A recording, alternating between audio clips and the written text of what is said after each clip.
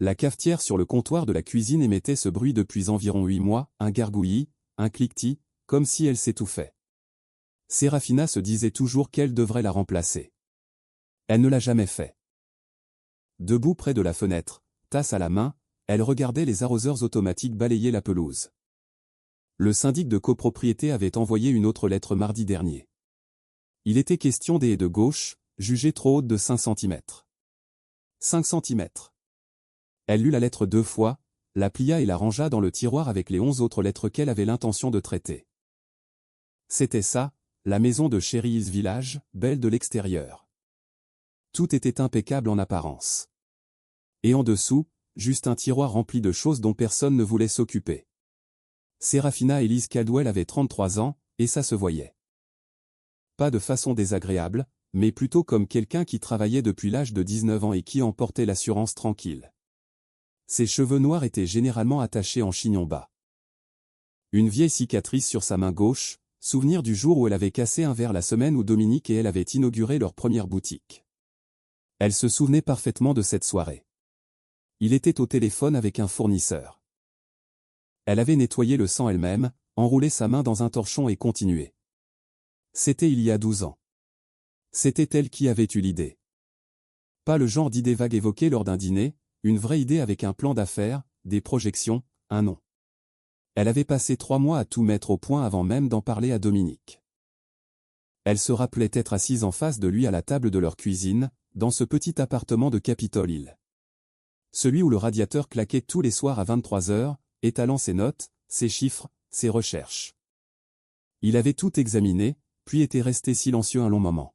« Tu crois que ça pourrait marcher ? » « J'en suis sûr, » avait-elle répondu. Il avait alors souri, un vrai sourire, pas celui qu'il arborait lors des événements professionnels. Celui qui donnait à son regard une autre dimension.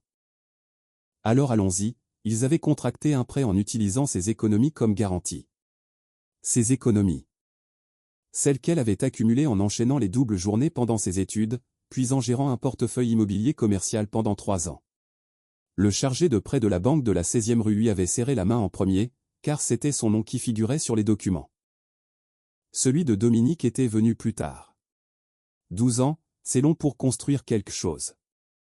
L'entreprise, une société d'événementiel et de gestion de salles, un nom qui paraissait banal sans en comprendre l'ampleur, était passé d'un simple entrepôt reconverti à Reno à 4 salles dans tout le Colorado, un portefeuille de clients prestigieux comprenant 3 entreprises du Fortune 500.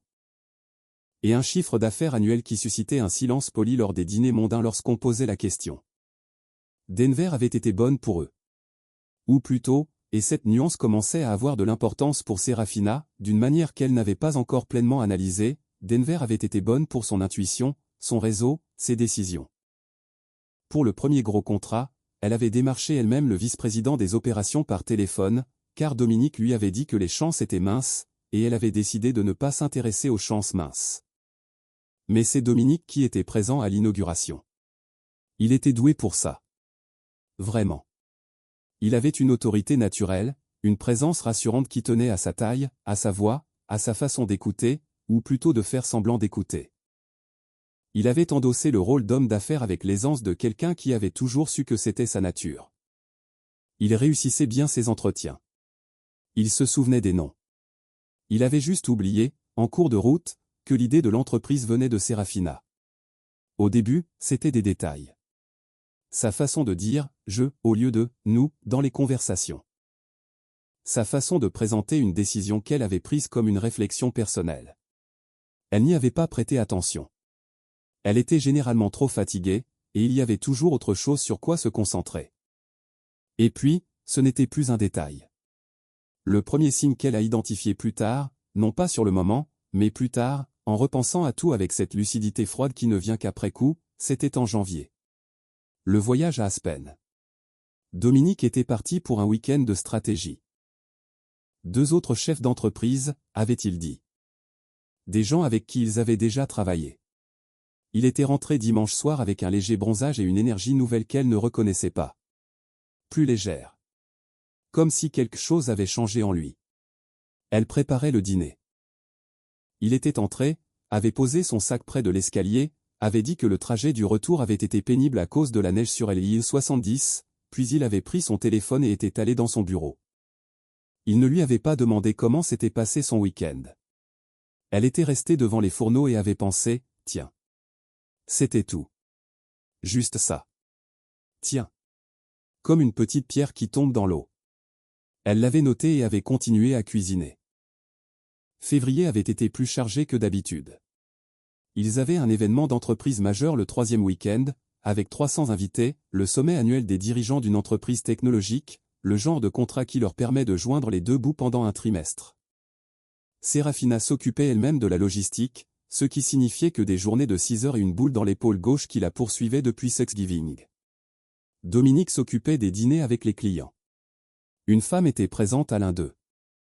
Serafina n'y était pas, mais un collègue l'a mentionné plus tard, comme ça, sans y prêter attention.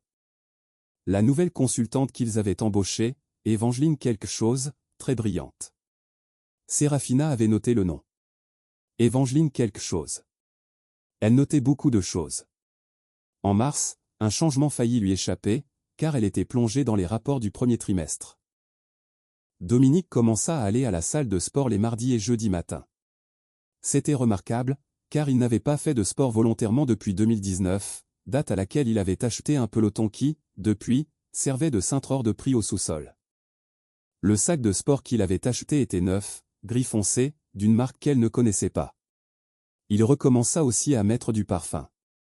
Un autre, pas celui qui se trouvait de son côté de la salle de bain. Un autre. Il le gardait dans la poche intérieure de son sac de sport. Elle l'avait trouvé en cherchant son chargeur de téléphone. Elle avait tenu la bouteille un instant, l'avait reposée, sans rien dire. Elle était très douée pour le silence. Le téléphone avait commencé à se comporter ainsi en avril. Pas de manière évidente. Il n'était pas devenu soudainement protecteur envers son téléphone, comme on le décrivait dans ces articles qu'elle n'aurait jamais pensé lire à 1 heure du matin. Il était prudent. Il y a une différence. Son téléphone était toujours posé face cachée sur la table, maintenant. Il répondait aux messages dans la salle de bain. Les aperçus des notifications sur son écran de verrouillage étaient désactivés. Elle ne l'avait remarqué que parce que les siens les affichaient encore, et elle avait vu son téléphone s'allumer avec une bannière vide. Elle ne décrocha pas. Pas encore. Docu humano. Insrir a qui um commentario pessoal sobre que significa ignorar sine por cansaço, por não querer saber, por ter construido tanto que desmontar paraisse impossible. Il y a une forme d'épuisement particulière qui découle de la gestion d'une entreprise, d'un foyer, et du stress latent d'un mariage qui a évolué de manière inexplicable. Serafina connaissait intimement cette fatigue. Elle la portait dans sa façon d'aborder ses journées, efficace, précise, sans le moindre gaspillage. Elle n'avait pas la force pour les soupçons, du moins c'est ce qu'elle se disait. La vérité, elle ne l'admettrait que bien plus tard, à 3 heures du matin, dans le parking de leur salle de spectacle sur Lawrence Street, assise dans sa voiture, moteur tournant, sans nulle part où aller. La vérité, c'est qu'elle le savait depuis un moment. Pas une certitude absolue, mais cette intuition profonde, celle qui réside dans le corps avant même d'atteindre le cerveau. Sa façon de dire « ouais » maintenant, quand elle parlait, au lieu de répondre. Sa façon d'avoir cessé de l'appeler par son nom. Avant, c'était Sarah par-ci, Sarah par-là, un raccourci qu'il avait pris depuis le début. Maintenant, c'était « salut » et « chérie ».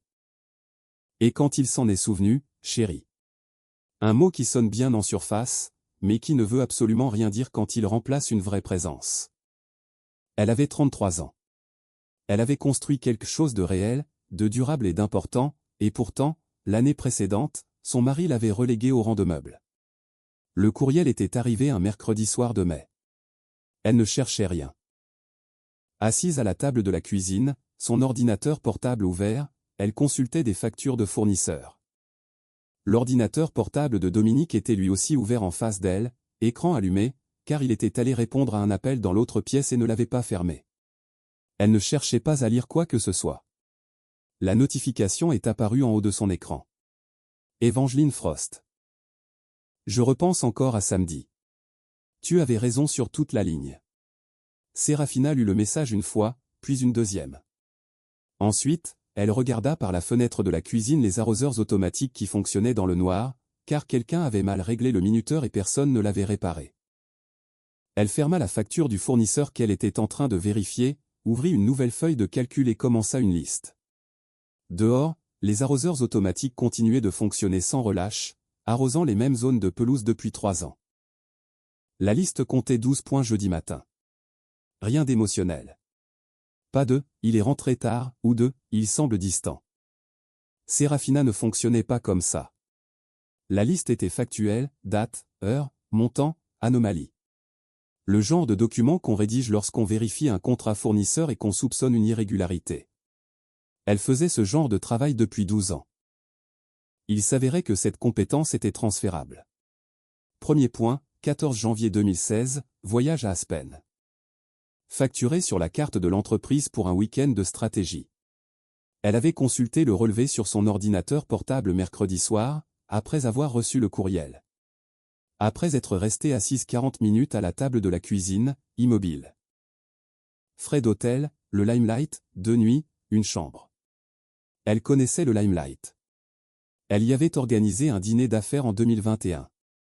Ce n'était pas le genre d'hôtel où l'on réserve un week-end de travail avec 2 autres chefs d'entreprise. Il y avait une cheminée dans le hall et un jacuzzi sur le toit. Elle l'avait noté. Deuxième point, de février à avril, 11 transactions Venmo vers un compte inscrit au nom de Frost. Montant entre 2 cents et 6 cents dollars, irrégulier, sans justificatif. Elle les avait trouvés sur le relevé du compte joint, pas sur la carte professionnelle, mais sur leur carte personnelle, celle qu'ils partageaient encore de l'époque où ils formaient ce couple qui ne jugeait pas nécessaire de se fixer des limites financières. Elle n'avait pas pensé à vérifier auparavant. Maintenant, elle le savait. Troisième point, l'eau de Cologne. Elle avait cherché le flacon sur Google. Maison Margiela Replica, Jazz Club, 185 $, introuvable sur les reçus. Elle ne l'a pas confronté. Elle se connaissait assez bien pour savoir qu'affronter Dominique avant d'avoir tout mis au clair ne servirait à rien. Il était à l'aise en société, il gardait son sang-froid sous pression. Il détournerait l'attention, minimiserait les faits, la ferait passer pour la déraisonnable. Elle l'avait vu faire la même chose avec les fournisseurs, les clients difficiles, l'entrepreneur qui avait bâclé l'installation du système de chauffage, ventilation et climatisation dans leur 2e établissement, et il s'était présenté à la réunion prêt à en découdre. Dominique était sorti de cette réunion avec l'entrepreneur en s'excusant. Il lui fallait plus que des soupçons. Il lui fallait une vision d'ensemble. Alors elle s'y mit. Vendredi, elle arriva tôt au bureau. Leur siège social se trouvait rue Blake, dans un immeuble dont ils étaient copropriétaires avec un groupe immobilier commercial. Elle arriva à 7 heures, avant tout le monde, et se prépara du café dans la salle de pause. Du vrai café, pas une machine à capsules, mais sa vieille cafetière italienne qu'elle gardait dans le tiroir de son bureau, car le café du bureau était imbuvable. Puis elle s'installa avec les relevés de dépenses de l'entreprise pour les 8 derniers mois. Cela lui prit 2 heures. Dominique avait été prudent, mais pas assez, car il s'était relâché, et les gens qui se relâchent font souvent de petites erreurs. Une note de frais pour un dîner d'affaires dans un restaurant de Pearl Street, un mardi soir de mars. 340 $, 2 personnes, sans nom de client enregistré. Une note d'hôtel à Boulder en février, classée dans la catégorie « Recherche de salle ». Il n'avait aucune salle à Boulder. Il n'en avait jamais parlé. Elle imprima les relevés, les plia et les glissa dans la poche intérieure de son sac de travail, sous son carnet. Elle se rendit ensuite à sa réunion de 9 heures et la mena comme à son habitude. La confirmation vint d'un endroit inattendu. Samedi après-midi, elle était chez Wolfous sur Colorado Boulevard, celui dont le parking était toujours un vrai cauchemar, quelle que soit l'heure, pour faire ses courses pour le dîner. Elle se trouvait dans le rayon des vins, perdue dans ses pensées, lorsqu'elle entendit son nom. Serafina ? C'était Diane Okafor. Elle se connaissait depuis des années. Diane dirigeait une agence de relations publiques qui avait travaillé pour 2 de leurs clients. Une femme intelligente, toujours un peu trop perspicace. Elles firent la conversation habituelle. « Comment vas-tu ? Comment vont les affaires ? Ça fait une éternité qu'on ne s'est pas vu. » D'un ton normal et agréable. Serafina tenait une bouteille de pinot noir qu'elle n'avait pas l'intention d'acheter. Puis l'expression de Diane changea légèrement, à peine, un changement qu'on ne perçoit que si on est très attentif, ou si on a passé 12 ans à décrypter les conversations de salon. « Vous et Dominique faites quelque chose d'amusant cet été ? On verra. Sérafina répondit, on a été bien occupé. Oui, oui. Diane regarda l'étagère, puis la regarda de nouveau, une lueur étrange dans le regard. Je l'ai vu la semaine dernière, justement, au restaurant LOS. J'y étais avec un client. Un silence. Je ne savais pas qu'il travaillait avec Evangeline Frost. La bouteille de vin était froide. Sérafina le remarqua, précisément, la froideur du verre contre sa paume. Il fréquente beaucoup les mêmes milieux ces derniers temps, dit-elle d'un ton parfaitement neutre. Exact. Diane hocha lentement la tête. Son regard exprimait une émotion que Sérafina reconnut, celle d'une femme qui en sait plus qu'elle ne le dit et qui hésite sur la quantité de choses à révéler. Elle oui, elle est bien entourée. La phrase s'arrêta là. Inutile d'en dire plus. Ravi de vous avoir croisé, dit Sérafina. Moi aussi. Un temps. Prends soin de toi, d'accord? Pas, prends soin. Prends soin de toi. La nuance était subtile et loin d'être anodine. Sérafina reposa le pinot noir sur l'étagère, prit un cabernet dont elle n'avait pas envie non plus et se dirigea vers la caisse. Dans la voiture, elle resta assise 3 minutes sans démarrer le moteur. Le parking était toujours aussi chaotique, un monospace bloquait la voie, un homme, le nez sur son téléphone, traversait le passage piéton en zigzagant, un chariot roulait lentement vers une Tesla. Elle démarra et rentra chez elle. Ce soir-là, elle attendit que Dominique soit sous la douche pour regarder son téléphone. Elle s'était persuadée qu'elle ne le ferait pas, que c'était indigne d'elle, qu'elle n'en avait pas besoin, qu'elle en avait déjà assez. Tout cela était sans doute vrai, et pourtant elle le fit, car il y a une différence entre savoir quelque chose et le voir, et une partie d'elle avait encore besoin de ce dernier. Elle avait 40 secondes, peut-être. Elle connaissait son code, leur date d'anniversaire, qu'il n'avait toujours pas changé, ce qui en disait long sur sa confiance en lui. Les messages étaient faciles à retrouver. Il n'avait rien supprimé. C'est le propre des gens à l'aise dans leur zone de confort, ils baissent leur garde parce qu'ils risquent de se faire prendre. Elle avait fini par croire qu'ils étaient intouchables. Elle relut 3 échanges. C'était tout ce qu'il lui fallait. Le plus récent, il y a 2 jours. Evangeline, je repense sans cesse à ce que tu as dit, au fait qu'elle ne comprenait pas qui tu es devenu. Dominique, elle avait raison pour celui que j'étais, pas pour celui que je suis maintenant. Evangeline, ce n'est pas cruel. C'est juste honnête. Dominique, exactement. Sérafina reposa le téléphone exactement où elle l'avait trouvé, face cachée sur la table de chevet. Elle se dirigea vers la porte de la salle de bain. Elle entendait l'eau couler de l'autre côté de la douche. Elle resta un instant immobile. Elle réfléchit à ce qu'Evangeline lui avait offert et qu'elle ne lui offrait apparemment plus. Pas l'amour. Elle doutait que cela ait grand-chose à voir avec ça. Quelque chose de plus simple. Evangeline regarda Dominique et vit l'homme accompli, l'homme d'affaires prospère, l'homme visionnaire, celui qui avait bâti quelque chose. Elle ne se souvenait plus de l'appartement de Capitol Hill. Elle ne se souvenait ni du radiateur, ni du prêt, ni du vendeur au téléphone, tandis que Sérafina lui enveloppait la main dans un torchon. Evangeline avait rencontré Dominique après la fin des travaux. C'était ce qu'il voulait, quelqu'un qui ignorait tout du passé. Elle le comprenait. Elle ne le pardonnait pas, mais elle le comprenait. Puis elle alla dans la cuisine. Elle ne pleura pas. Elle s'y était pourtant attendue, elle s'y était préparée, comme on se prépare à une douleur physique. Mais rien de tel. Ce qu'elle ressentit était plus proche du contraire de la surprise, comme si quelque chose qui avait germé dans son esprit pendant des mois venait enfin de prendre forme. Elle était parfaite pour celle que j'étais, pas pour celle que je suis devenue. 12 ans, le prêt, le premier local, le contrat sur la 16e rue, le verre brisé et le torchon. Elle se versa 5 centimètres du cabernet qu'elle avait ramené et dont elle ne voulait pas, le but debout au comptoir, puis reposa son verre. Dimanche matin, elle appela son avocate, pas une avocate spécialisée en divorce, pas encore, mais son avocate d'affaires, Rena Callahan, qui la représentait depuis 3 ans et qui connaissait la structure de l'entreprise mieux que quiconque, même Dominique. Elle laissa un message vocal pour prendre rendez-vous lundi, un message bref. Elle envoya également un court courriel à un avocat en droit de la famille que Rena lui avait recommandé 2 ans auparavant, lors d'un litige contractuel qui n'avait finalement rien donné. Elle avait gardé le contact. Elle s'en félicitait maintenant. Puis elle prépara le petit déjeuner, des œufs, des toasts et les fruits que Dominique aimait, car elle en achetait machinalement depuis si longtemps que l'habitude n'avait pas encore eu d'impact sur la situation. Il descendit de bonne humeur, détendu, serein, avec cette énergie matinale qui laissait penser que sa conscience ne le tourmentait pas. Il dit « bonjour » et se versa un café. Elle dit « bonjour » et déposa les œufs dans une assiette. Ils mangèrent. Il regarda son téléphone 2 fois. Elle parla de la visite des lieux qu'elle avait prévus mardi. Il disait « oui, bien sûr, au bon moment ». Lorsqu'il se leva pour mettre son assiette dans l'évier, elle regarda son dos, sa silhouette familière, la chemise qu'elle lui avait achetée 2 Noëls auparavant, et ressentit une émotion qu'elle aurait qualifiée de chagrin si elle n'avait pas été si silencieuse. Pas pour lui, pour les 12 années où elle avait cru en quelque chose qui s'était discrètement effondré à son insu et sans son consentement. Elle n'était pas en colère. Pas encore. D'une certaine manière, elle en avait assez.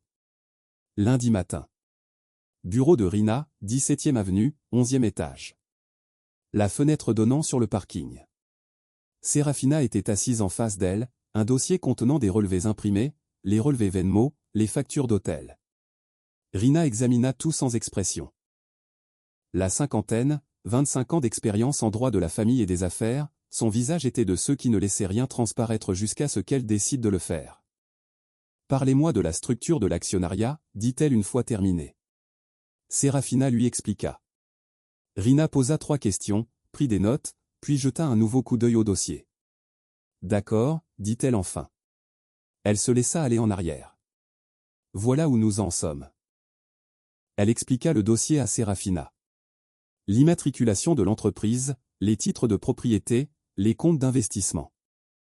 La structure qu'elles avaient mise en place la 2e année, lorsque l'entreprise avait commencé à générer de vrais revenus et que Sérafina avait insisté, comme toujours, pour que les documents soient en règle. Tout était à son nom. Pas au leur. À son nom. Cela n'avait jamais été corrigé, pas intentionnellement, du moins pas du côté de Sérafina. Le sujet n'avait tout simplement jamais été abordé. Pourquoi l'aurait-il été? Elles étaient mariées. Elles construisaient quelque chose ensemble. La paperasse n'était qu'une formalité. Il s'avère que les formalités ont leur importance. Rina referma le dossier. « Veux-tu continuer » Sérafina regarda par la fenêtre le parking. « Oui » répondit-elle. « Un calendrier » Elle pensa au dîner. Celui de la semaine prochaine, la réunion trimestrielle qu'elles organisaient pour leurs partenaires et clients, toujours dans la salle de Market Street. 30 personnes. Certaines étaient là depuis le début. Celle-là même qui avait vu Dominique recevoir des éloges pendant 12 ans de leur labeur. « Je préfère attendre après le dîner du 14. » Rina la regarda. « J'ai une raison, » dit Sérafina. Rina hocha la tête. « J'aurai les documents prêts jeudi. » Elle redescendit la 17e rue, fenêtres ouvertes, car l'air était enfin doux après un long mois d'avril. Sur la voie d'à côté, la radio était allumée. Un appareil qu'elle ne reconnaissait pas, avec des basses puissantes. Le feu de Glenarm passa au rouge. Elle s'arrêta. Le dossier était sur le siège passager. Elle ne le regarda pas. Elle avait raison, elle me connaissait bien. Très bien, pensa-t-elle. Voyons voir qui tu es sans ce qui m'appartient. Son téléphone s'alluma sur le siège. Un rappel dans son calendrier. Une réservation pour dîner. Samedi, 19h. Elle avait réservé en février. Elle avait annulé sans consulter les détails. Les documents de Rina arrivèrent jeudi après-midi, comme promis. Sérafina les lut à son bureau, porte fermée et stores inclinés pour que personne ne puisse voir son visage à travers la paroi vitrée. Dehors, le bureau était bruyant. Un téléphone sonnait. 2 des organisatrices d'événements riaient de quelque chose près de la photocopieuse. Le brouhaha habituel de l'après-midi dans une entreprise prospère qui ignorait que tout allait basculer. Elle lut tout 2 fois. Puis elle rangea les documents dans le dossier qu'elle avait pris l'habitude de conserver dans le tiroir verrouillé de son bureau. Celui qui contenait autrefois son passeport et de vieux contrats. Celui dont Dominique ignorait la combinaison, car il ne la lui avait jamais demandé. Elle verrouilla le tiroir. Retourna à ses emails. Répondit à 3 demandes de fournisseurs. Approuva une proposition de traiteur pour le sommet d'entreprise de juin. Et termina son déjeuner. Un sandwich de la charcuterie 2 rues plus loin. D'un des gruyères. La moutarde qu'il y mettait systématiquement, même quand elle leur demandait de ne pas en mettre. Devant son ordinateur, sans y goûter. C'était sa nouvelle façon de travailler.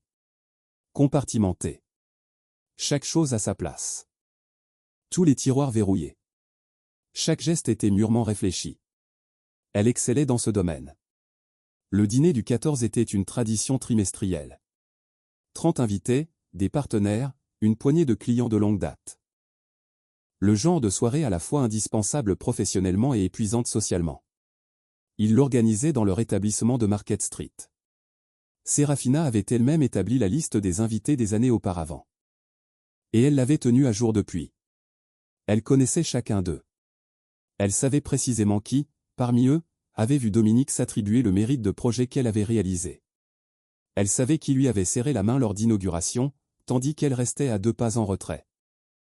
Elle savait qui lui avait envoyé des félicitations sur LinkedIn sans penser à la copier. Cela ne la mettait pas en colère. Ces 10 derniers jours, elle avait dépassé le stade où la colère lui semblait appropriée. Ce qu'elle ressentait désormais était plus utile. La concentration lucide et sereine de quelqu'un qui a décidé précisément de ce qu'il va faire et qui attend simplement le moment opportun. Parler humain.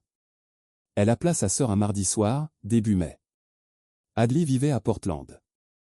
Celle de l'Oregon, pas du Maine. Elle devait toujours le préciser quand ses clients le lui demandaient. Elle se parlait peut-être 2 fois par mois, parfois moins.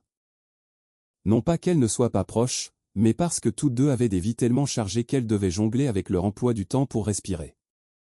Alors, appelée la famille Adly avait 41 ans, dirigeait son propre cabinet d'architecture paysagère, avait divorcé une fois dans sa trentaine et avait son mot à dire sur le sujet.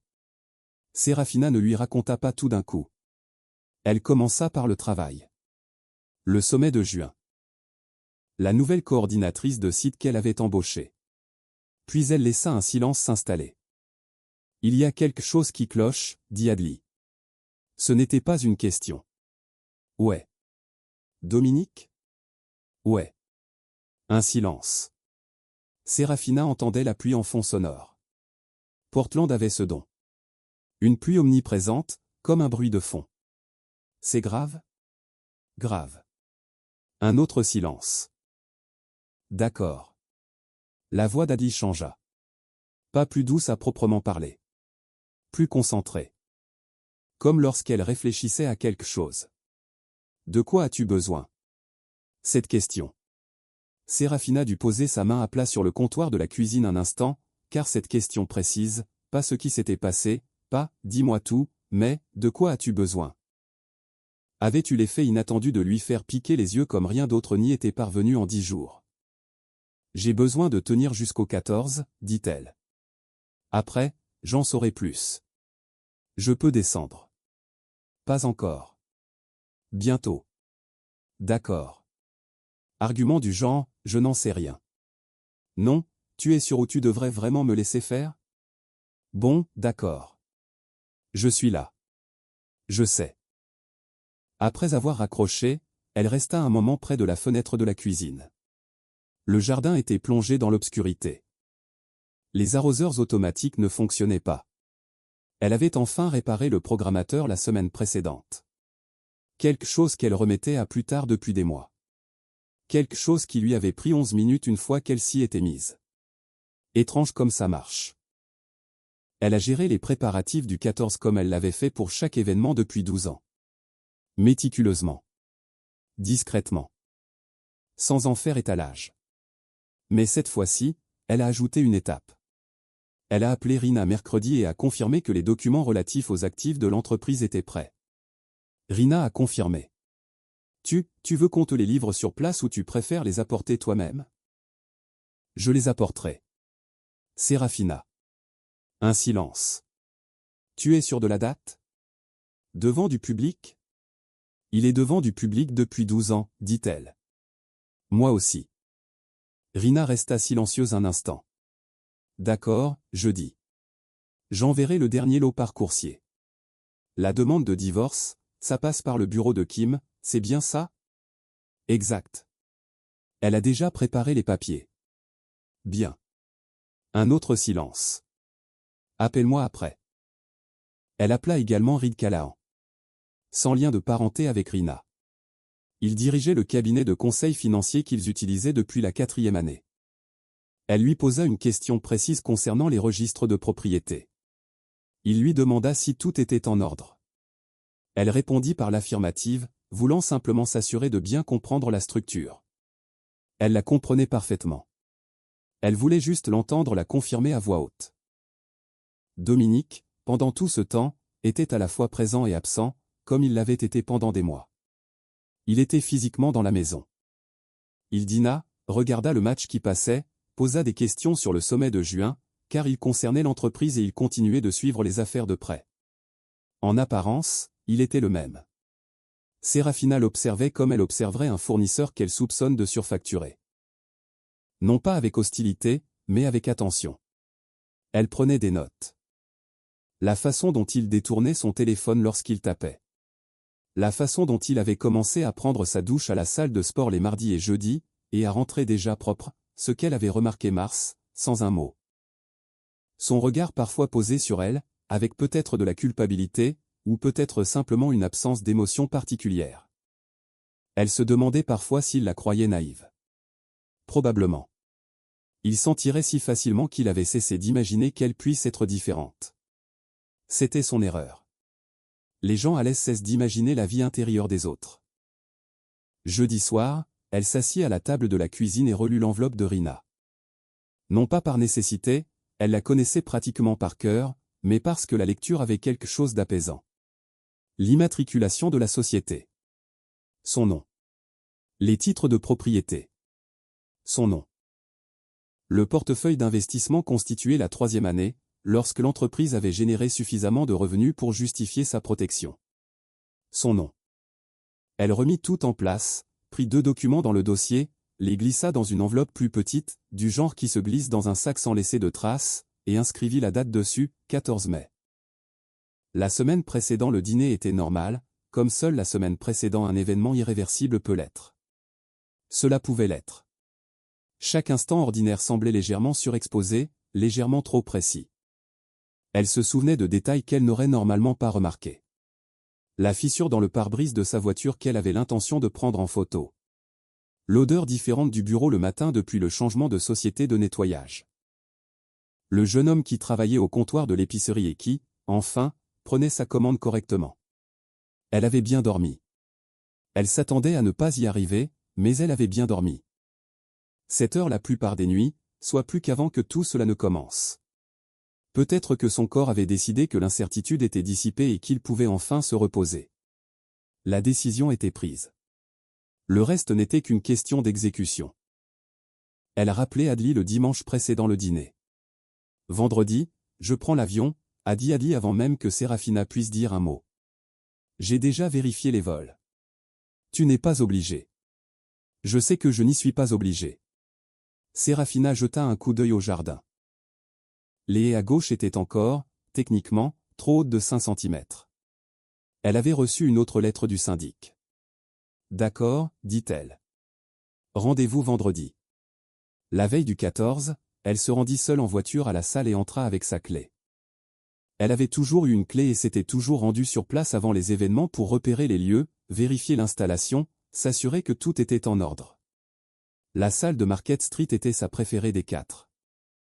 Au plafond, briques apparentes, parquet d'origine rénové 2 ans auparavant. Une odeur de cire à bois flottait dans l'air, mêlée à la légère odeur de chaque événement qui s'y était déroulé depuis. Elle parcourut lentement la salle. Les tables étaient dressées. Les fleurs arriveraient le lendemain matin. 30 chaises, 30 personnes qui gravitaient autour de cette entreprise, de cette version de leur vie, depuis des années. Elle se tenait en bout de table, près de la longue table centrale, et regarda la chaise tout au fond, celle que Dominique choisissait toujours, celle qui le mettait à l'aise. Dos au mur, le visage tourné vers la pièce pour que tout le monde puisse le voir. Elle repensa à ce samedi soir de janvier. À l'hôtel Limelight. Au jacuzzi sur le toit. Elle se dit qu'elle était faite pour qui j'étais. Elle repensa à ses 12 années de solitude, à ce torchon enroulé autour de sa main ensanglantée. Elle prit son sac, se dirigea vers la porte et vérifia que la serrure était bien enclenchée. Elle rentra chez elle en voiture, par Market Street, fenêtre fermée. Au feu rouge de la 16e rue, un camion s'arrêta à côté d'elle, moteur tournant, diffusant de la musique country. Le bruit était fort. Elle ne l'entendit pas. Elle était déjà ailleurs. Les fleurs arrivèrent à 8h15. Des pivoines blanches, de l'eucalyptus, et quelques feuillages bas dont Serafina ignorait le nom, mais qu'elle avait approuvé d'après la proposition du fleuriste 3 semaines auparavant. Priya, la coordinatrice de l'événement, qui travaillait avec eux depuis 4 ans et était la personne la plus compétente de l'équipe, supervisa la mise en place des compositions florales sans qu'on ait besoin de lui dire quoi que ce soit. Serafina, debout près du bar, observait la scène en buvant un café tiède sans s'en apercevoir. « Ça va ?» demanda Priya en lui tendant un centre de table.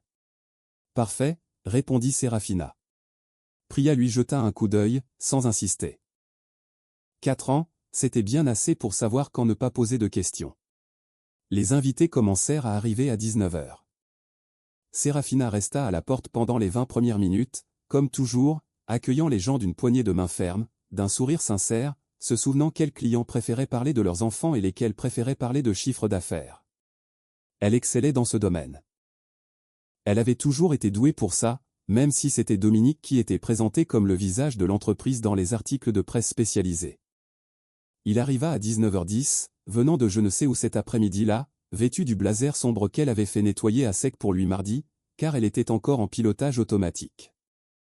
Il entra avec l'assurance naturelle d'un homme qui n'avait jamais eu de raison de remettre en question sa place, lança une remarque au couple le plus proche de la porte qui les fit rire, effleura l'épaule de Serafina d'un geste vague, ni tout à fait un baiser, ni tout à fait un signe de tête. Quelque chose entre les deux, puis se dirigea vers la pièce. Elle le regarda traverser la salle. Son sac était sur la chaise derrière le pupitre d'accueil. À l'intérieur, l'enveloppe. Elle se servit un verre d'eau et alla saluer les invités. Evangeline Frost arriva à 19h23. Serafina s'y attendait. Elle avait vu son nom sur la liste des invités, ajoutée par Dominique 3 semaines auparavant, dans la catégorie « Contact du secteur », une catégorie qu'elle n'avait jamais définie et qu'il n'avait jamais utilisée. Elle l'avait laissée là. Elle voulait qu'elle soit présente. Evangeline avait 30 ans, une beauté sophistiquée, le genre d'élégance qui demande des efforts mais qui paraît naturel. Robe sombre, belles chaussures. Elle entra seule et balaya la pièce du regard, d'un geste rapide et assuré, comme quelqu'un qui a l'habitude de se repérer facilement. Elle trouva Dominique en 4 secondes à peine. Un échange eut lieu entre eux. Un regard, bref et précis, que Serafina perçut de l'autre bout de la pièce, car elle y était attentive. Inaperçue pour les autres, mais elle avait lu suffisamment de leurs messages pour connaître leur fréquence d'écoute. Elle se retourna vers le client avec qui elle discutait, posa une question complémentaire sur l'expansion à Fort Collins et écouta la réponse. Le dîner commençait à 20h. Serafina avait dressé la table. Elle s'en était chargée elle-même 3 jours auparavant, avec la même méthode qu'elle appliquait à tout depuis 2 semaines. Dominique à sa place habituelle, en bout de table, dos au mur, face à la salle. Evangeline, 4 sièges plus loin, du même côté, placée de façon à ce que Dominique puisse la voir sans tourner la tête. Serafina à l'autre bout de la table. À eux deux, 12 ans de travail et 30 personnes qui ignoraient ce qu'elles allaient vivre. Le repas était bon. Le vin aussi. Les conversations se déroulaient comme toujours lors de ces événements, des échanges entremêlés, parfois bruyants, parfois regroupés en petits groupes.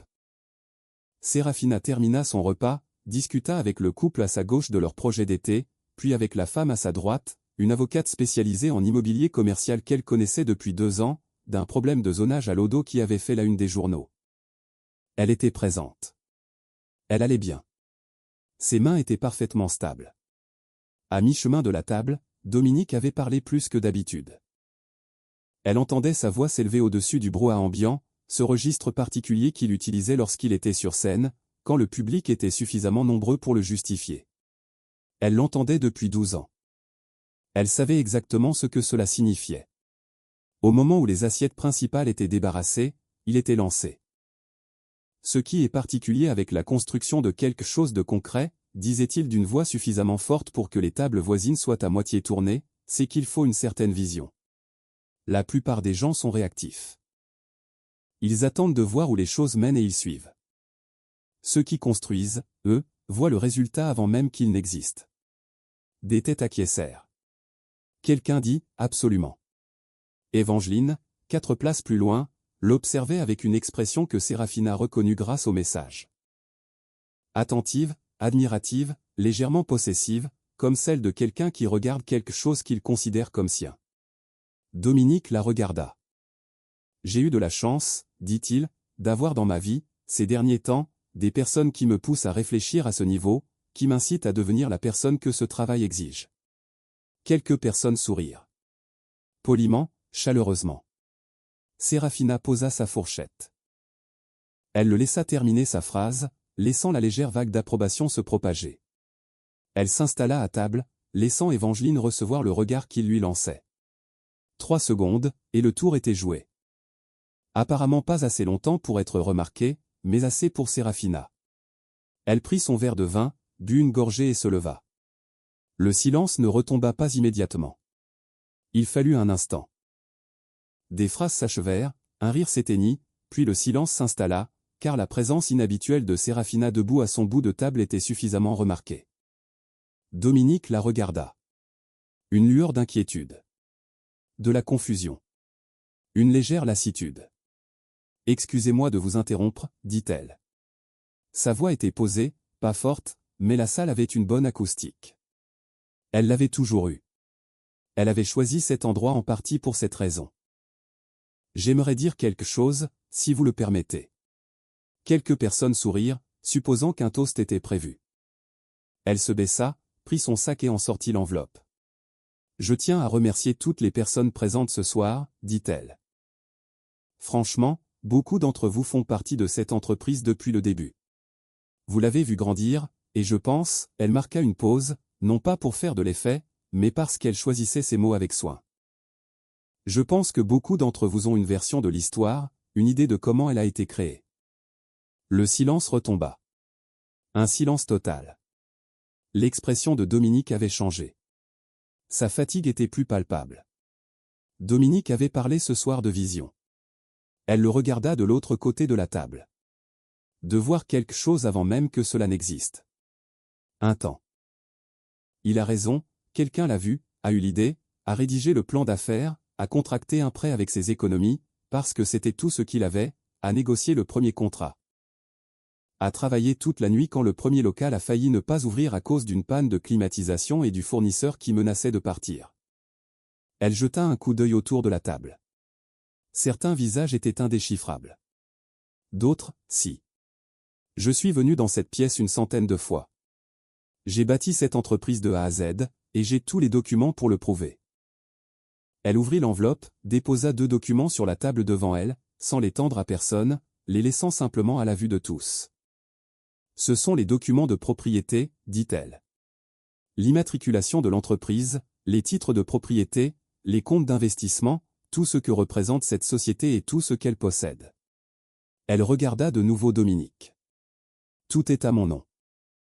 Le silence était désormais pesant, oppressant. Dominique serra les dents. Sérafina, je n'ai pas fini. Toujours aussi calme. Je tiens également à ce que tout le monde comprenne qu'à compter de cette semaine, j'ai entamé une procédure de divorce et que je conserve l'entière propriété de l'entreprise et de tous les actifs qui y sont associés, car ils m'appartiennent.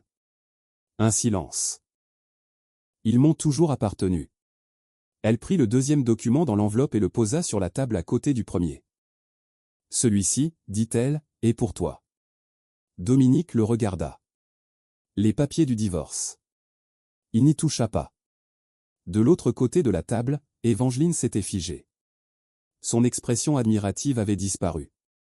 À sa place, une expression plus calculatrice.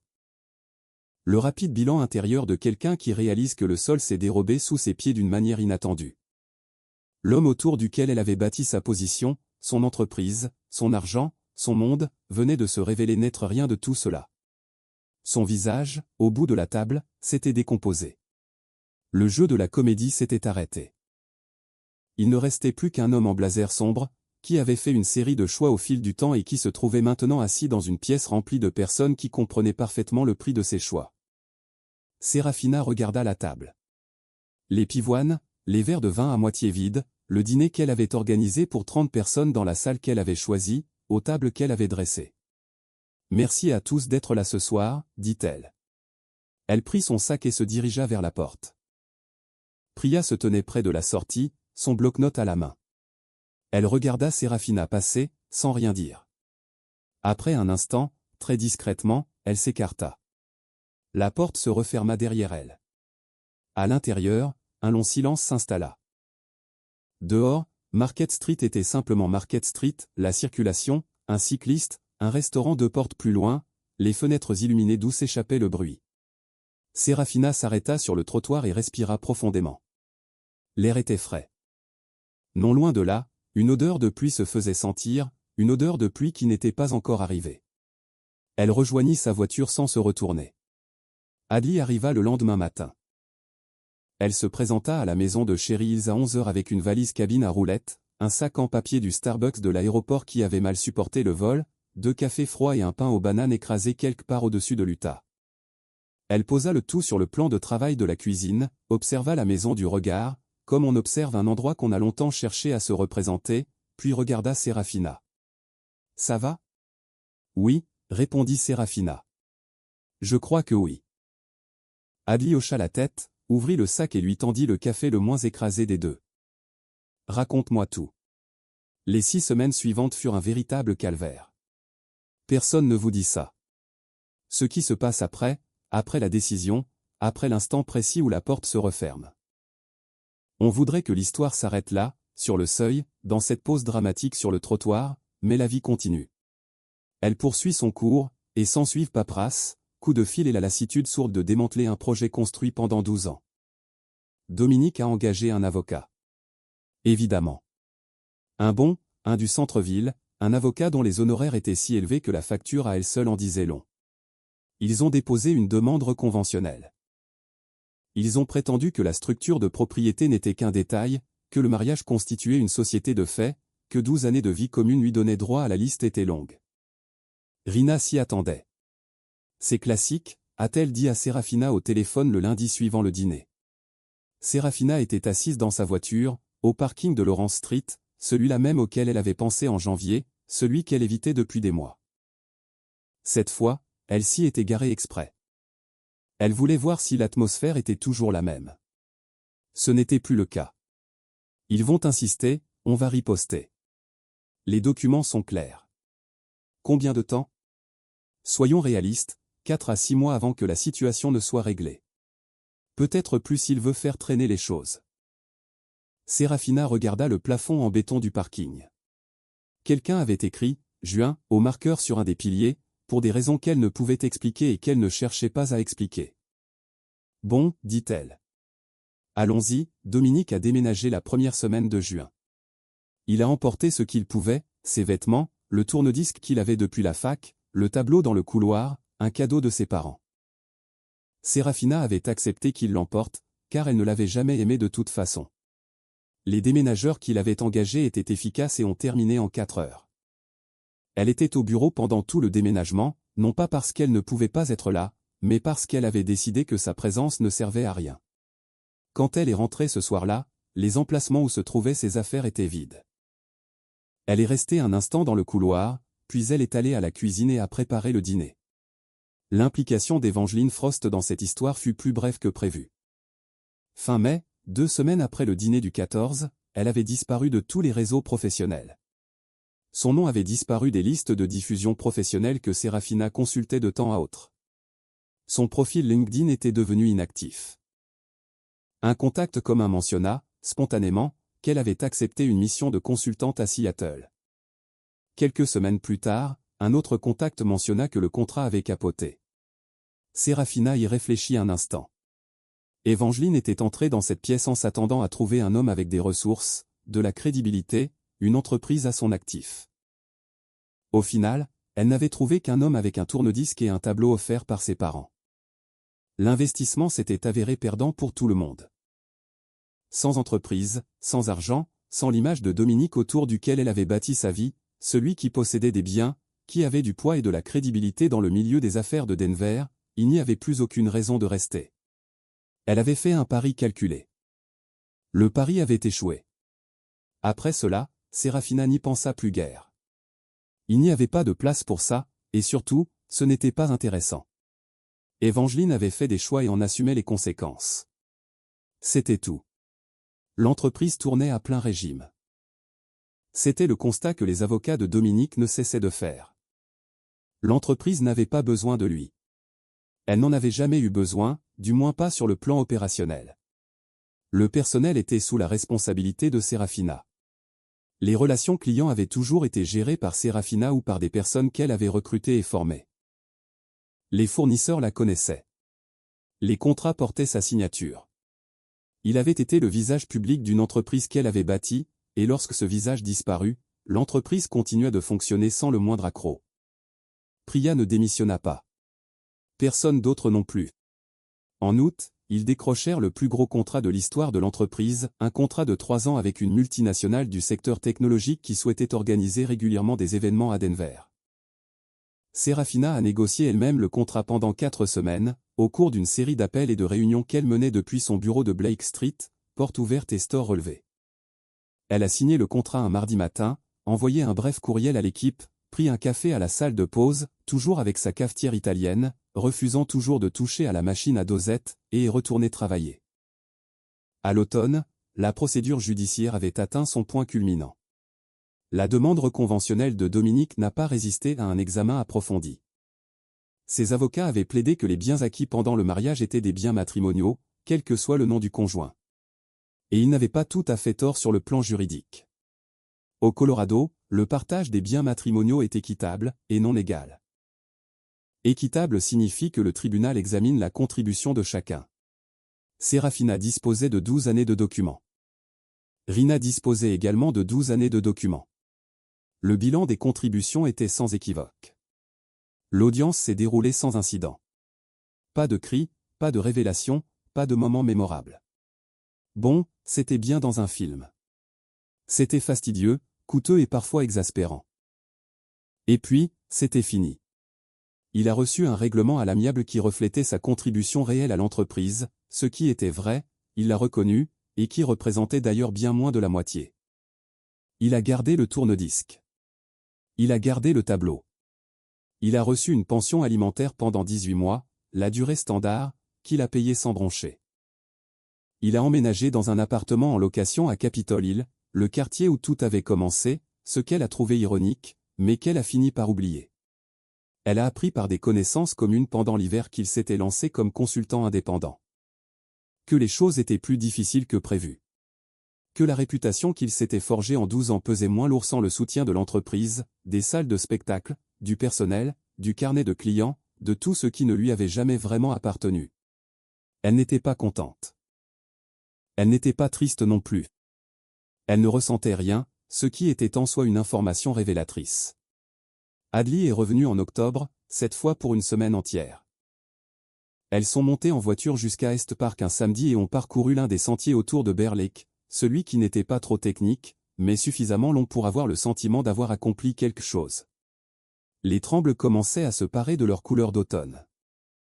De ce doré si particulier que le Colorado arbore en octobre, celui qui donne à la lumière une apparence différente, plus chaude et plus horizontale. Elles n'ont pas beaucoup parlé de Dominique. Elles ont parlé du cabinet d'Adli, d'un client difficile qu'elle gérait et d'une personne qu'elle fréquentait à Portland et qui semblait prometteuse. Elles ont parlé de leur mère et de l'organisation complexe de Thanksgiving. Elles ont mangé des sandwichs sur un rocher surplombant l'eau et Adli s'est plainte de l'altitude, même si elle avait grandi au Colorado et n'avait aucune excuse valable. Sur le chemin du retour, quelque part sur la route 36, avec les montagnes en arrière-plan et Denver visible au loin, Adli a dit « Tu as l'air différent ». Différent comment? Adli réfléchit. Plus calme. Mais pas un calme triste. L'autre genre. Serafina a conduit un instant. Oui. Elle a dit, je crois que c'est ça. Elle a vendu sa maison de Cherry Hills en novembre, non pas par obligation. Elle aurait pu la garder légalement, financièrement. Elle l'a vendue parce qu'un soir, fin septembre, en parcourant les pièces, elle a réalisé que la maison avait été construite autour d'une version de sa vie qui n'existait plus et qu'elle était lasse de rénover son intérieur pour l'adapter à un extérieur qui ne lui appartenait plus. elle a acheté une maison plus petite à Washington Park, un bungalow des années 40 avec parquet d'origine, une cuisine à moderniser et un jardin, sans aménagement paysager, sans association de propriétaires. Personne ne lui envoyait de courrier concernant la hauteur des haies. Elle a peint la porte d'entrée en vert foncé parce qu'elle en avait toujours eu envie, mais qu'elle avait toujours laissé d'autres priorités prendre le dessus. Elle a emménagé un samedi, mi-novembre, avec l'aide d'Adli. 3 voyages en voiture et 1 en camionnette empruntée. Tout était volontairement plus petit que ce qu'elle avait eu auparavant. Ce soir-là, elles ont commandé des pizzas et les ont mangées par terre, la table n'étant pas encore arrivée. Et Adli trouva une station qui diffusait de la vieille musique country sur le poste de radio de la cuisine, celui qui était déjà installé dans la maison. Dehors, le quartier de Washington Park retrouvait son calme habituel du samedi soir. Quelqu'un promenait son chien, un couple sur le trottoir, le bruit du parc juste derrière la clôture. Serafina était assise par terre dans sa nouvelle cuisine, mangeait une pizza médiocre et écoutait Adli raconter l'histoire d'un client qui voulait installer un green de golf à l'emplacement d'un chêne protégé. Elle rit, d'un vrai rire, un rire franc, de ceux qui coûtent cher. Et elle pensa, voilà ce que signifie aller bien. Pas réparé, pas résolu, pas guéri de cette façon radicale et parfaite que promettent parfois les histoires. Juste bien. Solidement, durablement, sincèrement bien. C'était suffisant. Plus que suffisant. Épilogue, 6 mois plus tard. De nouveau en mai. Presque exactement 1 an après le courriel sur l'ordinateur portable ouvert, les arroseurs automatiques qui tournaient dans le noir, la feuille de calcul qu'elle avait ouverte et la liste qu'elle avait commencée. Serafina était dans le jardin de Washington Park un dimanche matin, un café à la main. Le bon café, celui de la cafetière italienne, qui trônait désormais sur le plan de travail, à sa place. Et le Denver Post, qu'elle ne lisait pas vraiment. Le jardin n'était toujours pas aménagé. Elle avait planté 3 choses, un romarin près de la clôture, 2 plants de tomates qui poussaient mieux que prévu et un rosier qui ne se portait pas du tout, mais dont elle décida d'attendre septembre avant de prendre une décision. Le matin était calme. Des oiseaux. Quelque part. Le bruit lointain d'une tondeuse à gazon 2 rues plus loin. Elle repensa à l'année. Pas de façon pesante. Plutôt comme on repense à une route parcourue, quand on peut enfin l'embrasser du regard dans son intégralité. Le voyage à Aspen en janvier. Le courriel. Le parking de Lawrence Street. Le dîner du 14. Les pivoines. Les documents sur la table. La porte qui s'était refermée. L'entreprise avait réalisé son meilleur trimestre historique au printemps. Elle avait embauché un nouveau directeur des opérations. Quelqu'un de plus jeune, de plus perspicace, qui remettait en question ses idées de manière constructive. Elle avait promu Priya. Elle avait pris en charge un 5e site, une propriété à Reno qu'il surveillait depuis 2 ans, et les travaux de rénovation étaient déjà bien avancés. Elle travaillait autant qu'avant. La différence, c'est qu'elle ne portait plus ce fardeau. Cette fatigue particulière d'aimer quelqu'un qui ne la voyait plus, de construire quelque chose et de voir quelqu'un d'autre s'en attribuer le mérite, de savoir que quelque chose clochait sans savoir comment gérer cette intuition. Elle n'avait pas pleinement réalisé à quel point cela l'avait consumée avant que ce fardeau ne disparaisse. Maintenant, elle avait tout retrouvé. Toute son attention, toute son énergie, toutes ses capacités. Elle les utilisait. Elle entendait parler de Dominique de temps en temps, par le biais de sources indirectes. Il avait trouvé un certain équilibre, un cabinet de conseil plus modeste, quelques clients, une vie plus tranquille que prévu, mais fonctionnelle. Elle ne lui souhaitait pas de mal. Elle ne lui souhaitait rien de particulier. C'était quelqu'un avec qui elle avait construit sa vie, puis ce n'était plus le cas, et le monde avait continué de tourner. Elle n'avait plus jamais entendu parler d'Evangeline Frost. C'était déjà une réponse en soi.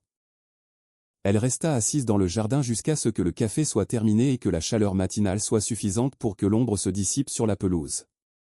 Puis elle rentra, enfila ses chaussures de course et alla au parc. Washington Park, un dimanche matin de mai. Des couples, des chiens, quelqu'un qui pratiquait le tai chi près du pavillon. Des enfants à vélo, leurs petits trous encore en équilibre instable sur le chemin. Elle fit 2 tours, comme d'habitude. Son épaule ne lui faisait plus mal. Le nœud qui la tenaillait depuis Thanksgiving l'année précédente s'était enfin dénoué en février. Et elle avait remarqué son absence comme on remarque un son tellement présent qu'on ne l'entend plus. Elle s'arrêta à la fontaine près de l'extrémité sud du parc et reprit son souffle. Une femme à peu près de son âge se tenait non loin de là, reprenant elle aussi son souffle, avec un chien fasciné par un écureuil et peu enclin à obéir aux ordres de sa maîtresse. La femme leva les yeux, croisa le regard de Sérafina et fit une grimace qui disait « Les chiens que voulez-vous » Sérafina lui sourit. Elle parcourut les derniers 400 mètres jusqu'à chez elle, ouvrit la porte vert foncé et entra. Il existe une version de cette histoire où la fin est dramatique, où la justice triomphe haut et fort, où la victime se relève de façon éclatante et incontestable, où tout est réparé, où la plaie se referme sans laisser de traces. Ce n'est pas cette histoire.